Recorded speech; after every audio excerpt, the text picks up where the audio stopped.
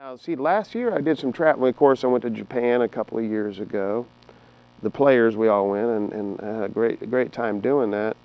Found that I had a lot of fans there that I didn't realize, you know. And in Europe, I went there to Europe last year and did a tour. And I had a record that I had done myself. It was called Smoking Section, where it was more of a swing thing. My brother Randy and I did it, and it was a very upright bass and stuff. But the previous record I had before that was done in in the late in '97 or something like that. It was called Hotwire. That was on a major label, and that still is a popular record with people that go, "Oh, I want to buy it," and it's out of print. So you know, it's like I'm trying to get that back and maybe re-release that Hotwired. But I got plans now on making a new one, and the reason I've kind of halted it just for a minute, I'm still writing stuff because I might sign a record deal.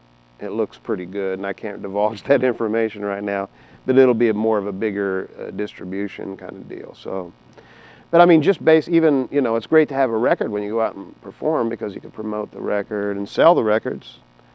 Even though I can go out now, and I mean, still got a great big fan base just from all my years of, you know, work and those two records and playing on other people's records like Brooks and Dunn and Alan Jackson, a lot of country records, you know, Shania Twain and all, you know, just bunches of those. I guess people kind of read the credits of the back of CDs and albums and stuff, and they become fans. But you know, I'm planning on doing more touring like next year, you know, and booking some things.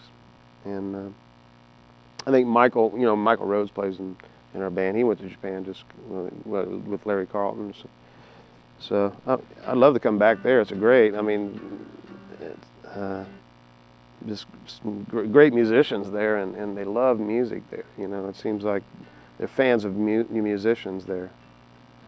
So I really would like to come back there, and went to Ireland, and then went to Italy and Germany, and do some shows. But that'll be based on this I mean, I'll have a record out probably. It looks good, and maybe the next time we talk, I can tell you more about what it is, just in case it falls through.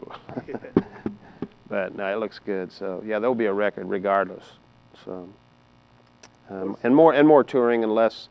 I became, you know, I'm very studio hibernated kind of guy. You know, it's easy to get stuck in a studio playing on people's records.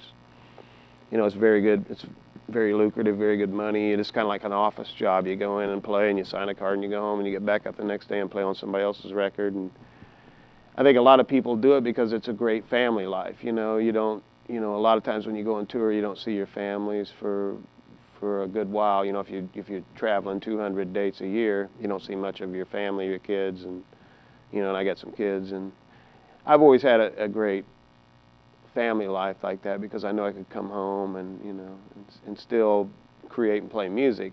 But then, you know, at a certain point you want to be able to play your own music, and sometimes you can interject your own creativity and style, but it is somebody else's music and product, you know what I mean? So it's different than doing your own thing. So at some point you got to do that. So that's what I'm doing now. And you know, now that my kids they're so old, they don't even want me hanging around anymore. They're all in their, you know, 18 and back when they were like 9 and 10 years old, you know, you can hold their hands and walk around, and they want you to, you know, when they get older, they go, "Dad, don't hang with me, okay? You make me look bad." Yeah. So now I can kind of like branch out. So, but it is good. Studios are good. You kind of get the best of both worlds there, the family life, and then all the studios obviously are in Nashville. There's hundreds of studios. They're not that far. They're no more than like an hour away or 30 minutes. And then once in a while we'll go to New York or LA and do, you know, recording, and then come back. That's a nice little excursion. But then you're back into your, you know, it's just a little jump. But I think at least once a year I'm going to do a little tour, you know, and love to come back to Japan and then Europe and do some things, Ireland.